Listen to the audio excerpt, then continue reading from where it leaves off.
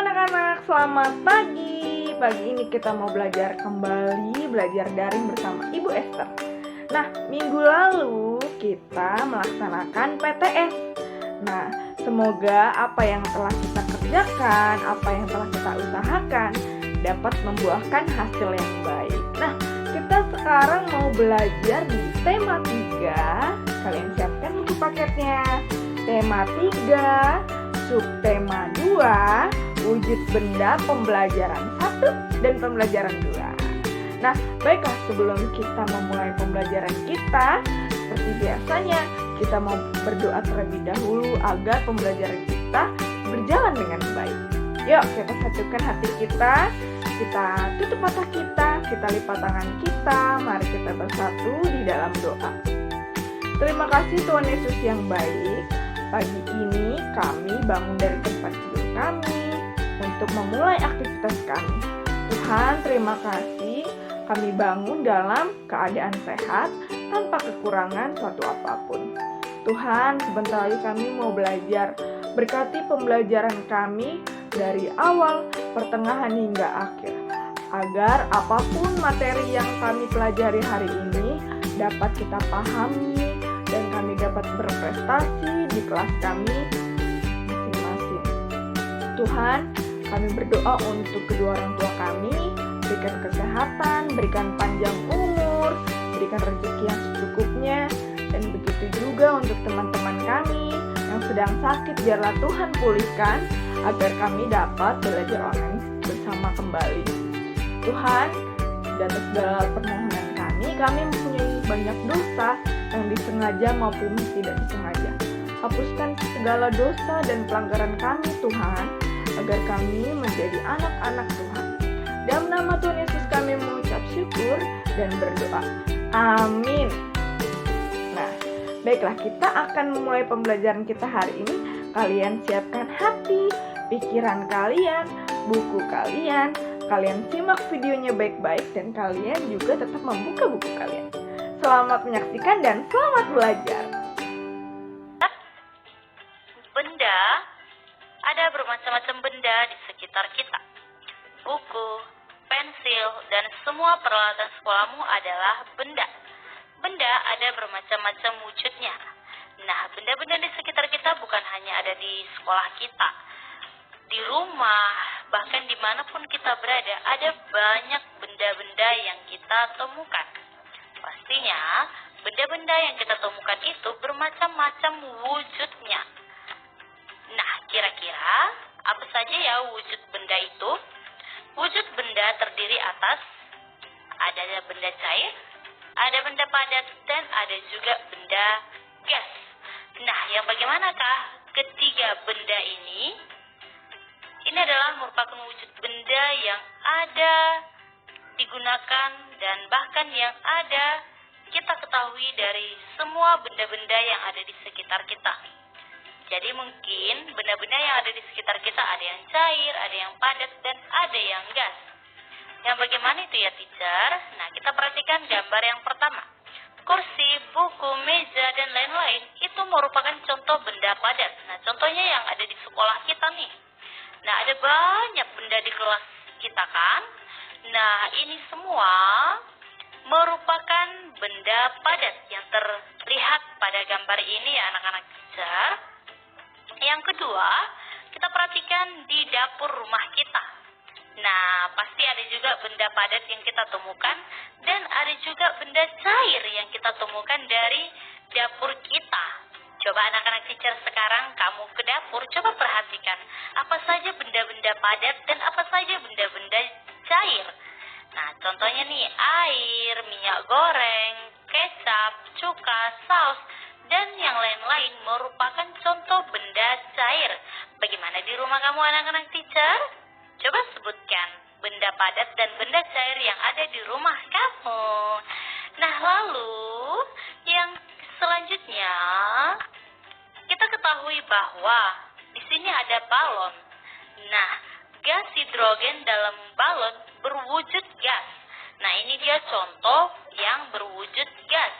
Angin, asap, gas, dan uap air, dan yang lain-lain merupakan wujud benda gas.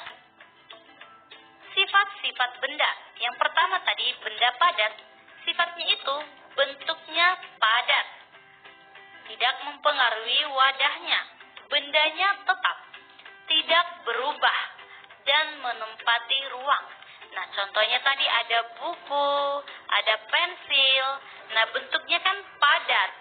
Nah, dan tidak mempengaruhi wadahnya. Dan bendanya tetap, dia gak akan berubah. Dia tetap seperti itu. Nah, buku bentuknya akan seperti itu juga. Nah, bagaimana dengan benda cair? Benda cair tidak tetap dan selalu berubah-ubah. Maksudnya, ketika air kita masukkan ke dalam botol minum, nah dia kan akan berubah membentuk botol minum tersebut. Nah, itu dia sifat benda cair. Nah, di kelas 2 juga kita udah pelajari ini ya anak-anak teacher. Jadi ini hanya mengingatkan kembali dan kemudian menyesuaikan wadahnya. Benda cair mengalir ke tempat yang lebih rendah, meresap melalui sela-sela kecil, menekan ke segala arah. Lalu sifat benda gas terdapat di segala tempat, mengisi seluruh ruangan yang ditempati. Nah, coba perhatikan balon. Nah, dia kan terdapat di segala tempat, mengisi seluruh ruangan, itu balon, ya kan? Nah, jarak antara partikel benda gas berubah-ubah. Susunan partikel benda gas tidak beraturan. Nah, itu dia anak-anak teacher sebagian sifat-sifat dari benda. Lalu, ayo berhitung. Perhatikan anak-anak teacher bukunya ya. Tony ingin mengajak Johnny bermain bola. Rumah Johnny tak jauh dari rumah Tony.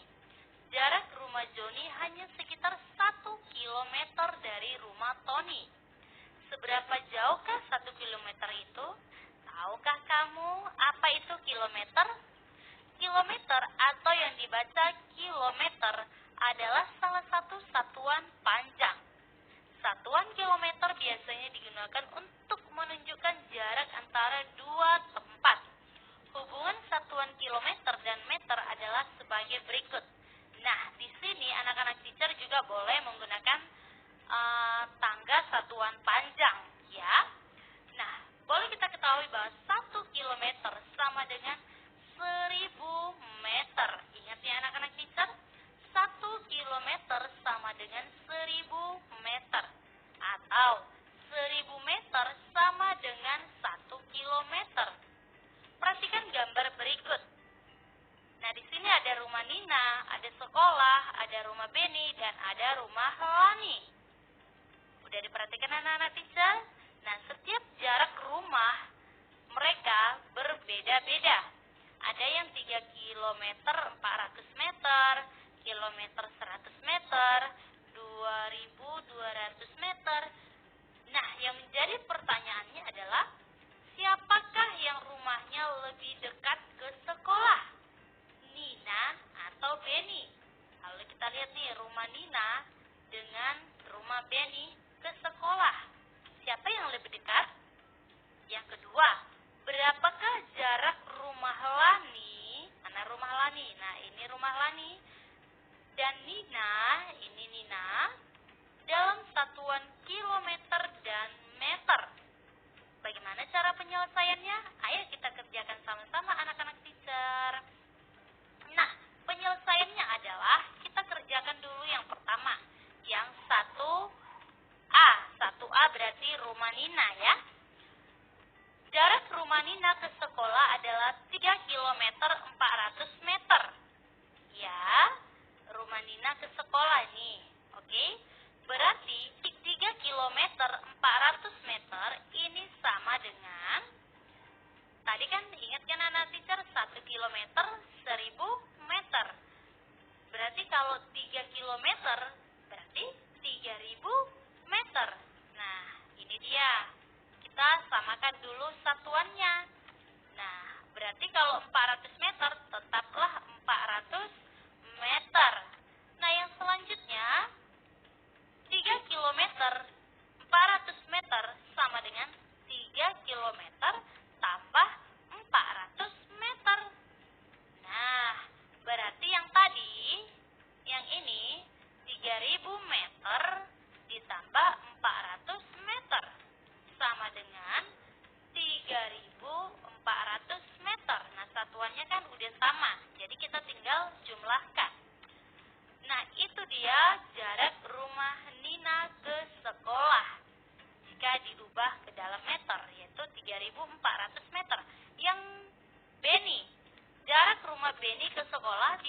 kilometer 100 meter. Kita kerjakan yuk.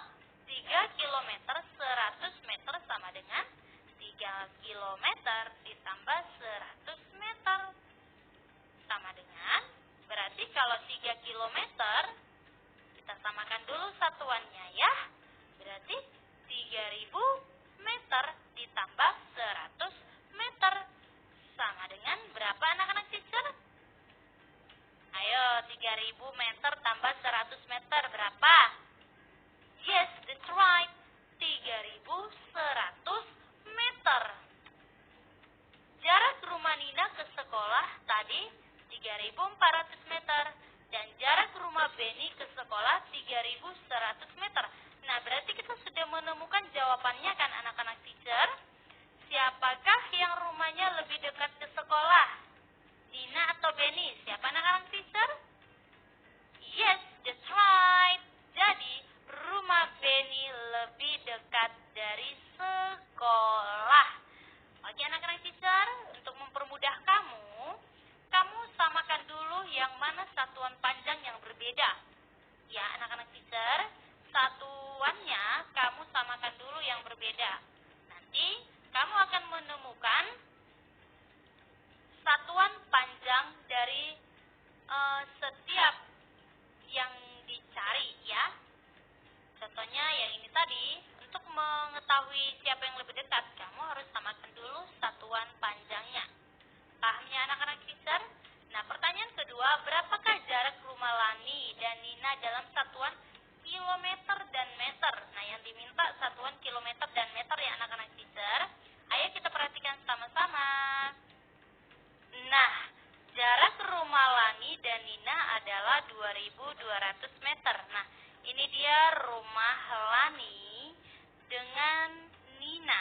Nah, ini dia 2200 meter. Berarti 2200 meter ini sama dengan 2000 meter ditambah 200 meter.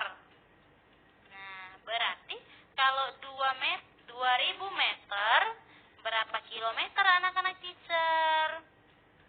Berapa? Yes, that's right. 2 kilometer ditambah 200 meter. Karena yang ditanya kan ke kilometer dan meter. Berarti jadi jarak rumah Lani ke rumah Nina adalah 2 kilometer 200 meter. Pahamnya anak-anak teacher? Dong, apa itu massa dan volume? Nah, di dalam percakapan ini, Ayah dan Tony membicarakan apa itu massa dan volume. Dan bahkan contoh dari massa dan volume tersebut. Salah satunya adalah di sini ada permainan yaitu jungkat-jungkit. Nah, berdasarkan jungkat-jungkit yang dijelaskan oleh Ayah bahwa kita mengetahui massa adalah banyaknya zat yang menyusun suatu benda. Lalu yang kedua yaitu volume berdasarkan gambar ini yaitu bola basket. Nah, dari pernyataan ini kita ketahui bahwa benda-benda di sekitar kita menempati ruang. Nah, ukuran ruang yang ditempati suatu benda disebut dengan volume. Seperti yang ada pada gambar ini, bola basket. Kedua bola basket tersebut memiliki massa dan volume yang lebih besar dari bola kasih. Nah, itu mengenai volume. Lalu, inti yang kita ketahui dari massa. Kembali lagi ke massa ya anak-anak teacher. Nah, massa biasanya diukur dengan satuan gram atau kilogram. Nah, itu dia untuk massa dan volume ya anak-anak teacher. Anak-anak teacher, tahukah kamu massa sering disamakan dengan berat? Nah, sama seperti contoh ini tadi. Ya, contoh-contoh yang tadi, jika kita perhatikan, kita perhatikan, ini bisa saja anak-anak teacher menyatakan ini merupakan berat, ya. Tapi ternyata massa dengan berat itu tidaklah sama, ya. Ternyata massa dan berat itu berbeda loh, teman-teman. Perbedaannya apa sih, teacher? Nah, massa berbeda dengan berat. Dikatakan tadi bahwa massa adalah banyaknya materi yang terkandung dalam suatu benda. Massa sifatnya konstan atau tidak berubah. Sedangkan kalau kita bicara tentang berat, kaitannya dengan gaya tarik bumi atau gravitasi. Nah, jadi berat suatu benda bisa hilang, sedangkan massa tidak. Nah, itu dia perbedaan daripada massa dan berat ya anak-anak teacher. Oke, sampai di sini paham? Kita lanjut ya, Nak. Selain massa, benda juga memiliki volume. Apakah volume benda itu? Semua benda menempati ruang. Ukuran ruang yang ditempati suatu benda disebut volume. Ingat ya anak-anak teacher? Yang tadi massa, kita sekarang lanjut ke volume. Benda yang kecil menempati ruang yang lebih kecil dibanding benda yang besar. Hal ini berarti benda yang kecil memiliki volume yang kecil dan benda yang besar memiliki volume yang besar. Ayo kita perhatikan contoh gambar ini. Akuarium A dengan akuarium B. Dari berdasarkan gambar ini, kita boleh simpulkan bahwa volume akuarium A lebih besar daripada volume akuarium B. Benar nggak anak-anak teacher? Oke, terima kasih anak-anak teacher. Contoh yang selanjutnya. Nah, perhatikan yang A. Balok Y mempunyai massa yang lebih besar atau lebih kecil dari balok H. Oke, anak-anak teacher, kita perhatikan massanya dari yang A. Balok Y dengan H. Bagaimana anak-anak teacher massanya? Oke, thank you. Dinyatakan bahwa balok Y ini mempunyai massa yang lebih besar dari balok H. Nah, bisa diperhatikan kan anak-anak teacher? Oke, nah ini lebih besar daripada balok H. Bagaimana dengan yang B? Coba kita perhatikan gambarnya. Gelas ukur yang berisi air mempunyai massa yang lebih besar atau lebih kecil dari gelas ukur yang kosong. Yang berisi dengan yang kosong lebih besar atau yang lebih kecil? Ayo, siapa tahu anak-anak teacher? Oke, thank you, that's right. Lebih besar dari gelas ukur yang kosong. Benar ya? Setuju ya anak-anak teacher? Oke, thank you. Yang bagaimana dengan C? Ayo kita perhatikan gambar C. Nah, sudah diperhatikan? Oke, sudah diperhatikan. Botol B mempunyai massa yang lebih besar dari botol A. Oke, botol B mempunyai berat yang lebih besar atau lebih kecil dari botol A.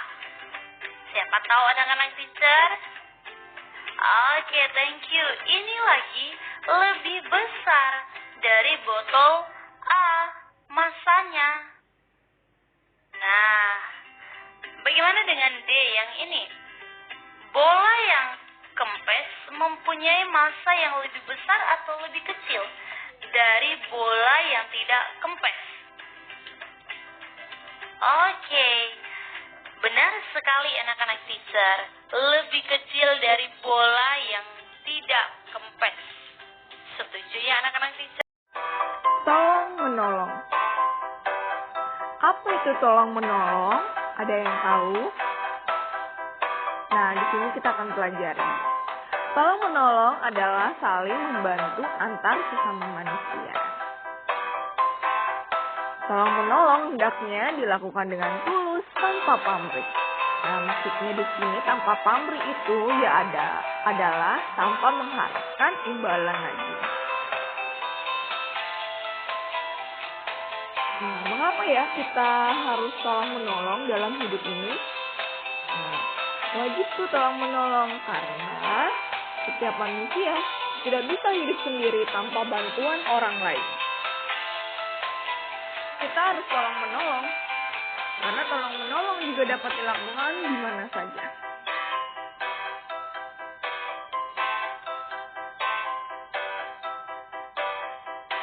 Nah, kita lihat contohnya di sini. Tolong menolong di rumah ada contohnya membantu ibu mencuci piring, merapikan tempat tidur. Ada juga merapikan mainan yang telah digunakan. Ada juga kerja bakti membereskan rumah, berbagi tugas. Dan juga ada melipat pakaian ke dalam lemari dan membantu ayah berkebun. Itulah tolong menolong yang ada di rumah. Lalu di mana lagi? Kita simak lagi. Tolong menolong juga dilakukan di sekolah. Contohnya membantu ibu guru membawa buku, melakukan tiket kelas, dan kerja bakti membersihkan lingkungan sekolah. Selanjutnya ada lagi selain itu. Nah, tolong menolong yang ada di lingkungan masyarakat. Nah, contohnya membangun pos ronda, menolong anak yang jatuh. Ada juga membangun jembatan yang sedang diperbaiki ataupun memberi sumbangan kepada yang sedang terkena bencana. Nah, ada juga kerja bakti membersihkan lingkungan dan juga ada melakukan ronda malam. Tidak terasa kita telah sampai di ujung pembelajaran kita hari ini.